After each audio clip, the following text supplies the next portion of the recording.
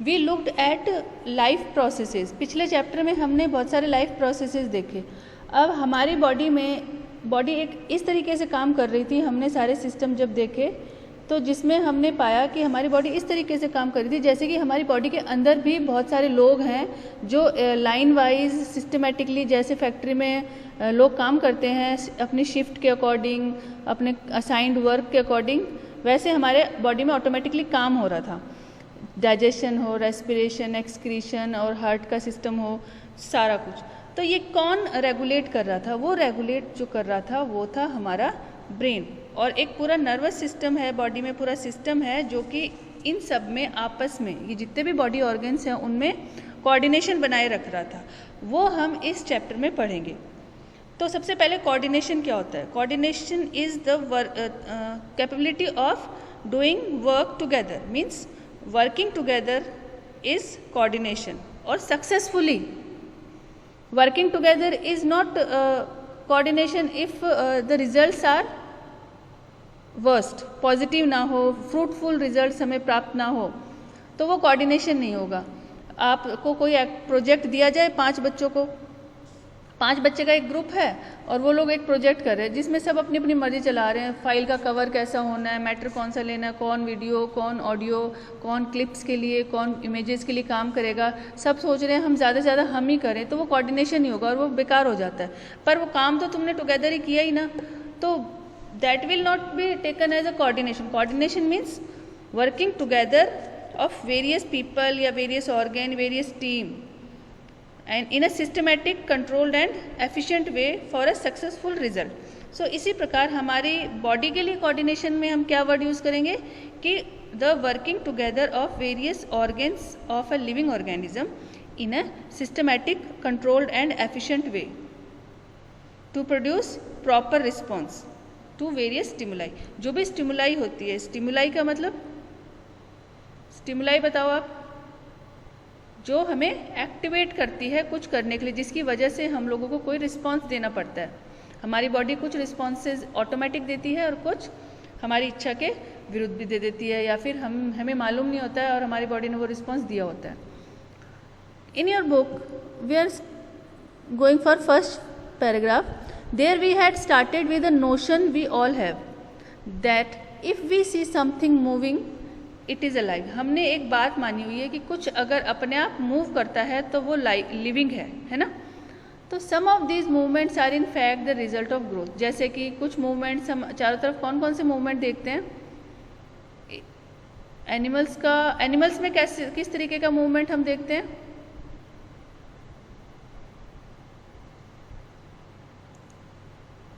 बोलो।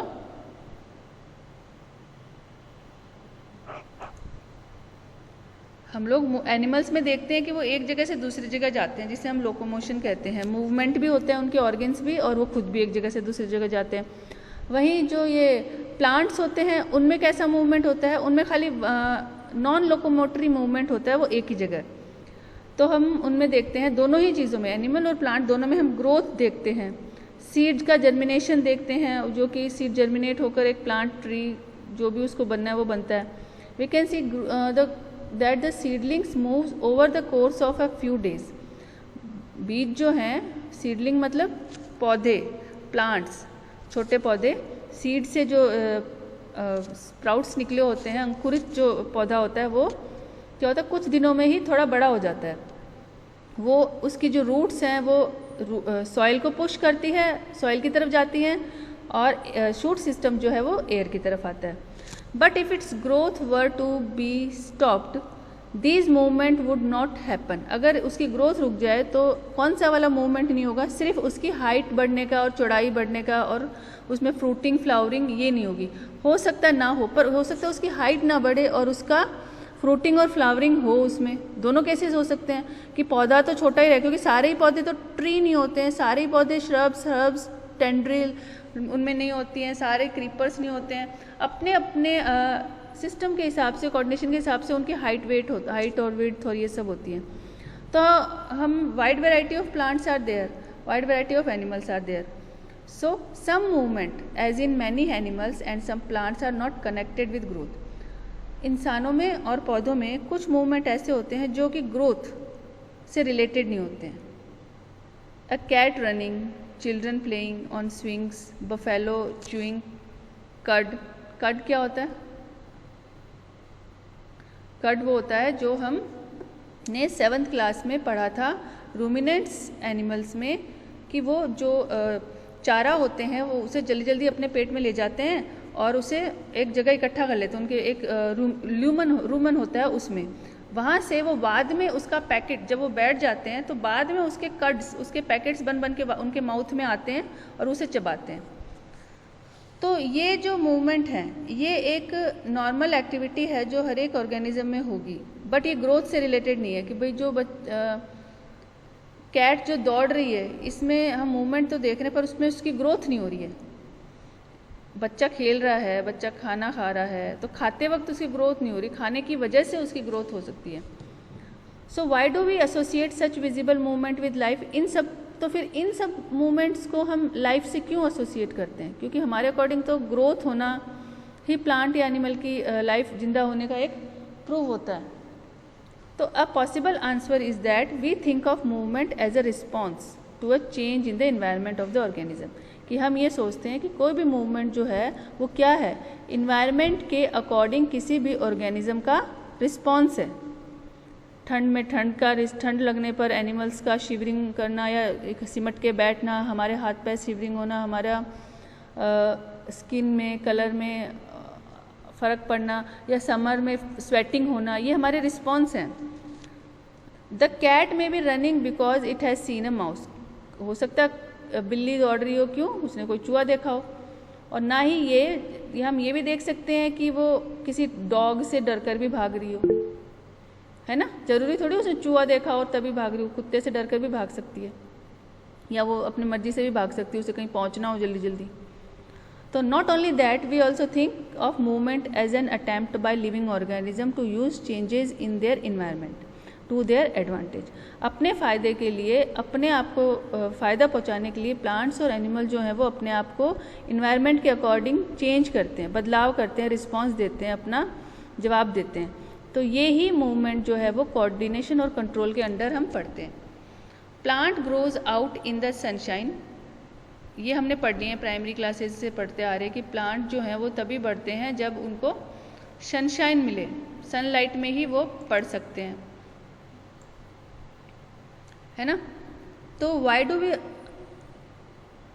तो if we think a bit more, why do we associate such visible movement with life? A possible answer is that we think movement of a response to a change in the environment, मतलब किसी भी और कोई भी organism जिंदा होने पर ही किसी इन्वायरमेंट का रिस्पॉन्स देता है। डेड प्लांट जो है, डेड एनिमल ऑर्गेनिज्म या ह्यूमन बीइंग है, उसको सर्दी गर्मी दर्द का कोई एहसास नहीं होता है।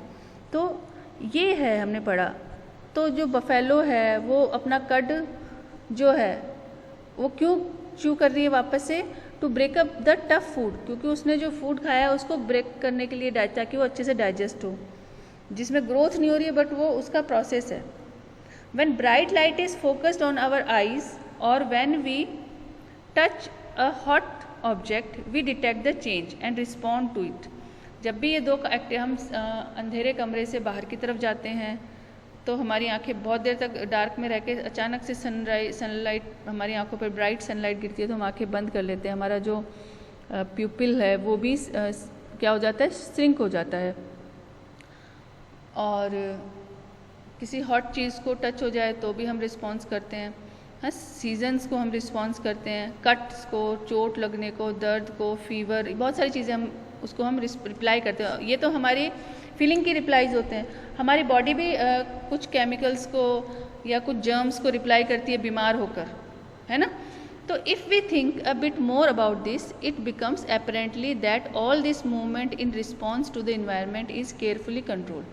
अगर हम इनको सीरियसली देखें तो जितने भी रिस्पॉन्स हैं वो सारे बहुत ही केयरफुली कंट्रोल करे गए हैं, कभी कम ज़्यादा नहीं होते, फेल नहीं होते। फेल होने का मतलब है ऑर्गेनिज्म की डेथ। कोऑर्डिनेशन फेल होना मतलब ऑर्गेनिज्म की डेथ हो जाती है, वो it will be not living more any more. Each kind of change in the environment evokes N appropriate movement. In response, ठीक है, हर एक तरीके का रिस्पॉन्स जो है उसके लिए एक पर्टिकुलर रिस्पॉन्स, हर एक स्टिमुलस के लिए एक पर्टिकुलर रिस्पॉन्स क्या है, डिसाइडेड है। When we want to talk to our friends in class, we whisper। अब हम बच्चों से बात करने के लिए हम क्या करते हैं, धीरे धीरे, मतलब स्टूडेंट्स जो हैं, हर एक स्टूडेंट को बोलना आता है, बात तो आप लोगों को बात करना आता है, बट आप जैसे ग्राउंड में बात करते हो, प्ले ग्राउंड में, वैसे उस तरीके से आप बात क्लासरूम में नहीं करोगे। आप स्कूल के बाहर घर जाते वक्त जो आपस में बात करते हो वैसे आप क्लासरूम में या स्कूल के प्रेमाइसेस में नहीं करते। हम लोग टीचर प्रेजेंट है तो हम धीरे धीरे लाउडली नहीं बोल सकते, आप शाउट नहीं कर सकते, आप विस्परिंग करके, फुसफुसाहट करके बोलते हो। तो जबकि आपको पता नहीं है, आप क्या अपने आप को ऑर्डर देते हो कि आप टीचर प्रेजेंट है, चलो फुसफुसा के बात करना है। तुम सबको बोलते हो कि तुम मुझसे फुसफुसाहट करके बात करो, नहीं, ये एक ऑटोमेटिक तुम्हारे अंदर इनबिल्ट फीलिंग आ जाती है कि नहीं, इस केस में ऐसा ही करना। तो ये कौन हमको कंट्रोल कर रहा है? एक मैजिक है ना, कि हमारा दिमाग, कि तुम्हें कोई भी ऐसा नहीं बोलता कि तुम आपस में अभी क्लास में सब लोग, जैसे ग्राउंड में तुम लोग सब खेल के आ रहे हो, बहुत ज़ोर ज़ोर से बात कर रहे हो, स्लैंग लैंग्वेज भी यूज़ कर लेते हो कई बार, फिर जैसे ही क्लास में जाने होते हो तो क्या तुम डिसाइड करते हो कि अब इस तरीके से बात नहीं करना है, अब सभी लोग धीरे धीरे बात करेंगे? ऐसा नहीं डिसाइड करते, वो और एनवायरनमेंट के अकॉर्डिंग अपने आप आ जाता है। पेरेंट्स के सामने अलग तरीके से, रिलेटिव्स के सामने अलग तरीके से, है ना।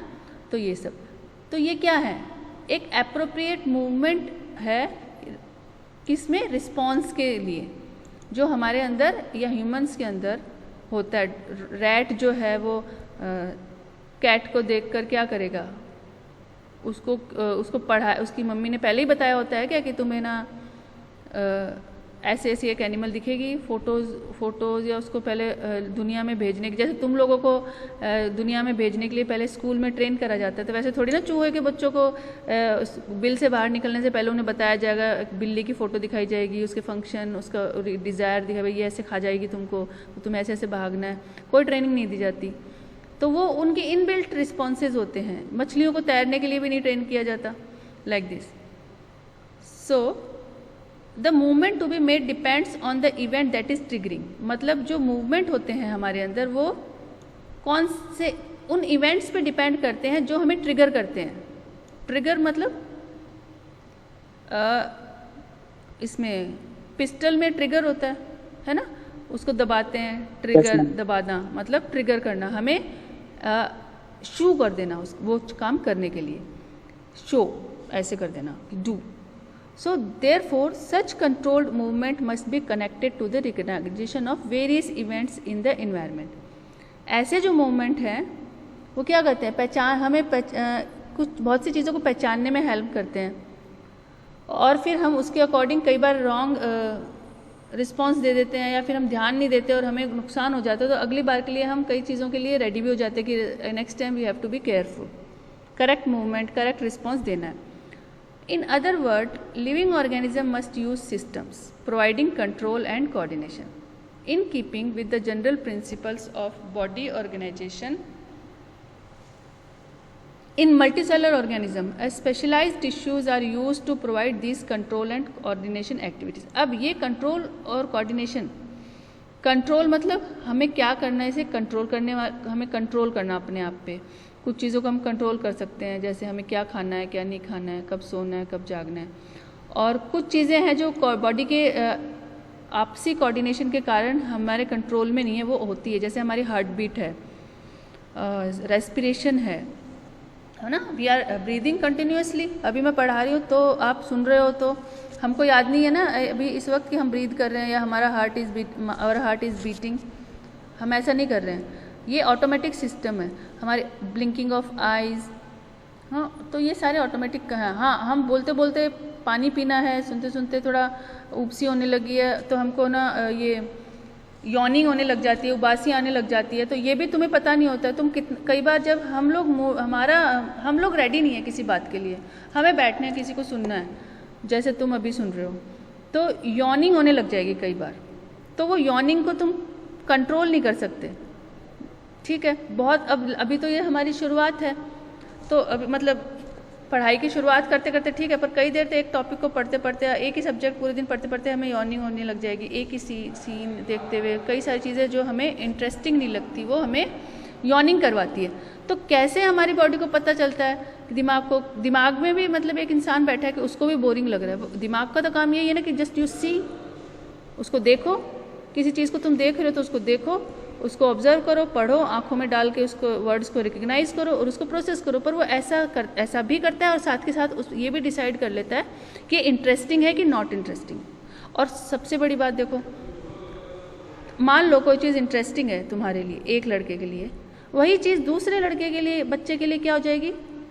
नॉट इंटरेस्टिंग हो जाएगी, बोरिंग हो जाएगी। इस वक्त है ना। तो ये भी मतलब कोऑर्डिनेशन डिसाइडेड नहीं है। एक इंसान का आप खुद का कोऑर्डिनेशन एक समय का, दूसरे इंसान के उसी समय का कोऑर्डिनेशन, उस बॉडी का कोऑर्डिनेशन उस सेम सब्जेक्ट के लिए, सेम टॉपिक के लिए, सेम सिचुएशन के लिए अलग अलग हो सकता है। तो ये ही कोऑर्डिनेशन है ऑर्गेनिज्म में, मल्टीसेलुलर ऑर्गेनिजम्स में। ठीक है। अब animals nervous system. In animals such control and coordination are provided by nerves and muscular tissue. Nerves होती हैं, मस्कुलर टिश्यू होते हैं और वो मैसेजेस लेके जाती हैं। नर्व्स क्या करती हैं, कहाँ से मैसेज लेके जाती है और मस्कुलर टिश्यू तक वापस रिस्पॉन्स आता है ऑर्डर।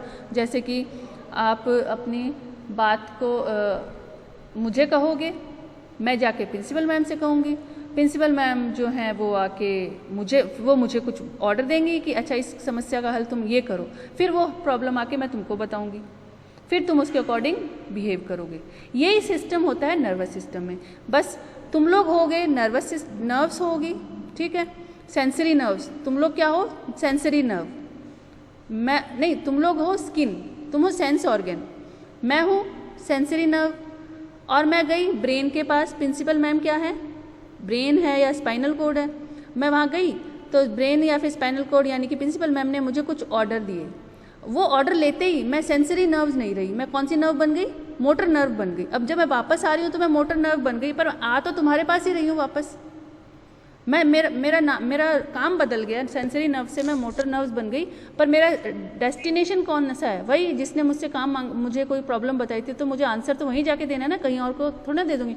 उंगली में गरम लगा है, ठीक है, मेरी उंगली तुम्हारी किसी की उंगली गरम यूटेंसिल से टकरा गई। टकराने के बाद वापस वो सेंसरी नर्व्स ब्रेन तक लेके गई कि भाई वहाँ पे गरम फील हुआ है, क्या करना है? ब्रेन ने बोला अपना हाथ हटाना है, तो मोटर नर्व आई और उस उंगली में ना जाके लेफ्ट हैंड की उंगली में चली गई, जाके उसको बोला तो अपनी उंगली हटा। तो ऐसा तो नहीं हो सकता। तो फिर मैं आऊँगी मोटर नर्व्स बनकर और तुमको बोलूँगी सेंस ऑर्गन को कि ऐसा करो, तो तुम वैसा करोगे। यही सिस्टम नर्वस सिस्टम का होता है। जैसे अगर तुम नोज़ हो, तुम्हें कोई नोज़ के अंदर कोई डस्ट पार्टिकल चले गए या स्मोक चली गई, स्मेल चली गई, अगर स्मोक चली गई है, डस्ट चली गई, तो तुम्हें छींक आनी चाहिए। तो कैसे आएगी छींक? तुम लोग फील करोगे और सेंसरी नर्व्स लेके जाएगी स्पाइनल कोड या फिर ब्रेन के पास ये मैसेज कि वहाँ पे एक डस्ट पार्टिकल है, जो वहाँ से ऑर्डर मिलेगा कि स्नीजिंग करो और म्यूकस निकालो, पानी निकालो नाक में से। तो मोटर नर्व फटाफट आएगी वापस सेंस ऑर्गन के पास और वहाँ से मसल्स को बोलेगी, ग्लैंड्स से फिर वो लिक्विड निकलेगा, छींक आएगी, नाक में से पानी आएगा, इरिटेशन होगा, ये सब होगा, जिससे कि वो जर्म्स पार्टिकल्स बाहर निकल जाएं। ये होता है नर्वस सिस्टम का ओवरऑल काम। अब हम इस पैराग्राफ में क्या है वो पढ़ लेते हैं, ठीक है। अभी लंच टाइम हो। In animals such controls and coordination are provided by nerves and muscular tissue. आपको नर्वस सिस्टम का सिस्टम है क्या एक्चुअली ये समझ में आ गया ना, बस इसमें यही समझना रहेगा। फिर object is an urgent and dangerous situation for us. Touching a hot, किसी गर्म ऑब्जेक्ट को छूना एक अर्जेंट सिचुएशन है और डेंजरस भी होती है हमारे लिए। तो we need to detect it and respond to it. हमें पता लगाना होगा कि और उसको रिस्पॉन्स करना होगा। How do we detect that we are touching a hot object? हमें कैसे पता चलेगा कि हम हॉट ऑब्जेक्ट को टच कर रहे हैं? तो ऑब्वियसली हमारे पास 1 सेकेंड से भी बहुत कम टाइम होता है जब हमें पता चल जाता है कि हमने एक हॉट ऑब्जेक्ट को टच किया। और अगर ज़्यादा जोर से टच कर लिया है तो उसी दौरान वहाँ पे रेडनेस आ जाएगी और उसके बाद हम हाथ हटा तो लेंगे, फिर भी वो स्किन जो है वो वहाँ का जो ऑर्गन है वो इरिटेटेड हो चुका होगा और अब बॉडी जो है उसको ठीक करने की तरफ चली जाएगी। बॉडी के पास उसका रिस्पॉन्स तो दिलवा दिया कि हाथ हटा दो, और अब बॉडी क्या करेगी, हमारी जो है उसको हीलिंग के लिए प्रोसेस शुरू हो जाएगा। तो कैसे डिटेक्ट करेंगे? All information from our environment is detected by the specialized tips of some nerve cell. कुछ नर्व सेल्स होते हैं, हमने 9th क्लास में टिश्यूज चैप्टर पढ़ा था, सेल भी चैप्टर पढ़ा था, उसमें हमने सेल्स पढ़े थे कुछ अलग अलग शेप के, साइजेस के, शेप और साइज़ पढ़ी थी ना। तो उसमें हमने एक सेल पढ़ा था अलग सी शेप का, जो ये था, जो तुम्हें दिख रहा है, ये क्या है? नर्व सेल है, ठीक है। जैसे पूरी बॉडी में सेल्स होते हैं, किडनी के अंदर नेफ्रॉन्स होते हैं, किसी मॉलिक्यूल के अंदर एटम्स होते हैं, वैसे ही ब्रेन के अंदर हर एक जो स्मॉलेस्ट यूनिट होगी वो क्या होगी? नर्व सेल्स होंगी। ये डायग्राम जो आपको दिख रहा है ये नर्व सेल का है, ए जो डायग्राम है। दीज रिसेप्टर्स, यहाँ पे आप देख रहे हो कि न्यूक्लियस है, इस डायग्राम में क्या है? एक न्यूक्लियस है, फिर उसके पास ये रूट जैसे डेंड्राइट्स हैं, ठीक है। तो ये पूरा पोर्शन है, ये तो सेल बॉडी है, ये टेल कहलाएगा।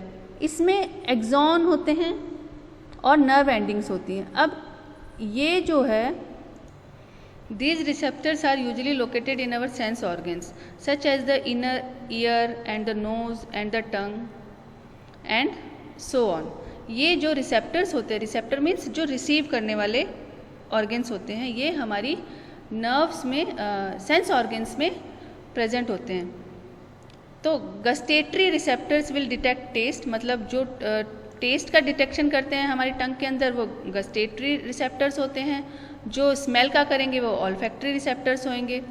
So this information acquired eight the end of the dendrite, ये जो इन्फॉर्मेशन है, टेस्ट की इंफॉर्मेशन है, ऑल्फैक्टरी स्मेल की, या फिर साउंड है, टच है, ठीक है, विजन है, ये सारे जो रिस्पॉन्सेज हैं, ये सारे जो स्टिमुलस हैं, ये सारी जो फैसिलिटीज़ है, ये हमारी सेंस ऑर्गन तक सबसे पहले पहुंचेगी। वहाँ पे डेंड्राइट्स जो क्या करेंगे, इनको रिसीव करेंगे। डेंड्राइट्स की जो टिप दिखाई दे रही है यहाँ से, ये रिसीव कर नर्व सेल के जो डेंड्राइट्स हैं वो इसे रिसीव करेंगे, फिर एक केमिकल रिएक्शन क्रिएट करेंगे और जिससे एक इलेक्ट्रिकल इम्पल्स बनेगी, लहर बनेगी। ये लहर जो है वो दिस इम्पल्स ट्रेवल्स, ये जो इम्पल्स है वो डेंड्राइट से जाएगी सेल बॉडी तक। ये सेल बॉडी है, डेंड्राइट से इलेक्ट्रिकल इम्पल्स बनी और सेल बॉडी तक चली गई। सेल बॉडी के बाद क्या होगा कि ये उस तरफ किधर मुड़ जाएगी, एक्सॉन की तरफ जाएगी, और एक्सॉन के एंड पर होती है नर्व एंडिंग्स। ये नर्व एंडिंग्स जो है वो इसके आगे की तरफ जो भी न्यूरॉन है यानी नर्व सेल है, उसके डेंड्राइट्स को ये मैसेज देगी। उसके डेंड्राइट्स वापस से उस मैसेज को सेल बॉडी को देंगे, फिर एक्सॉन में जाएंगे, फिर नर्व एंडिंग में, ऐसे करके एक लंबा रास्ता बन जाएगा, फिर ये ब्रेन तक पहुंचेंगे। At the end of the axon the electrical impulse set off the release of some chemicals, वहाँ पे ये कुछ केमिकल रिलीज करेगी। These chemicals cross the gaps, ये जो बीच में गैप्स होते हैं उनको पार कर जिनको सिनेप्स कहते हैं, वो गैप्स जो नर्व एंडिंग और डेंड्राइट्स के बीच में होते हैं उन्हें सिनेप्स गैप बोलते हैं। वहाँ पे एक केमिकल सिक्रेशन होगा और एक सिमिलर वैसी ही इलेक्ट्रिकल इम्पल्स फिर से बनेगी उस नेक्स्ट न्यूरॉन के डेंड्राइट में, जो कि उसी मैसेज को वापस से न्यूरॉन के अंदर ट्रैवल होगा। This is a general scheme of how nervous impulses travel in the body. ये एक जनरल स्कीम है जिसमें कैसे कोई नर्व इम्पल्स जो है वो एक बॉडी में ट्रैवल करती है, यानी कि एक सेल में ट्रैवल करती है। पहले तो वो एक सेल से दूसरे सेल में जाती है, तीसरे में जाती है, और इस प्रकार पूरी बॉडी में ट्रैवल करती है। A similar synapsis finally allow delivery of such impulses from neuron to other cell, और फिर जो न्यूरॉन से दूसरे सेल्स है वहाँ पे ये मैसेज जाता है, जैसे कि मसल सेल है, ग्लैंड्स है, कुछ अगर हार्मोन सीक्रेट करना है, लिक्विड सीक्रेट करना है, म्यूकस सीक्रेट करना है तो ग्लैंड्स में, मसल्स के पास जाना है, हाथ हटाना है या मोटर मूवमेंट करना है तो मसल सेल से। It is thus no surprise that nervous tissue is made up of an organized network of nerve cells or neurons. So हमारे जो नर्वस के टिश्यूज, नर्व टिश्यू हैं वो किससे बने होते हैं, नर्व सेल्स या फिर न्यूरॉन से बनते हैं। तो in animals including humans the nervous system along with muscular tissue is the control centre of the body. It consist of highly specialised cell called neurons, nerves and neural organs, जो कि आपस में control और coordination कर बहुत सारी activities को अंजाम देते हैं.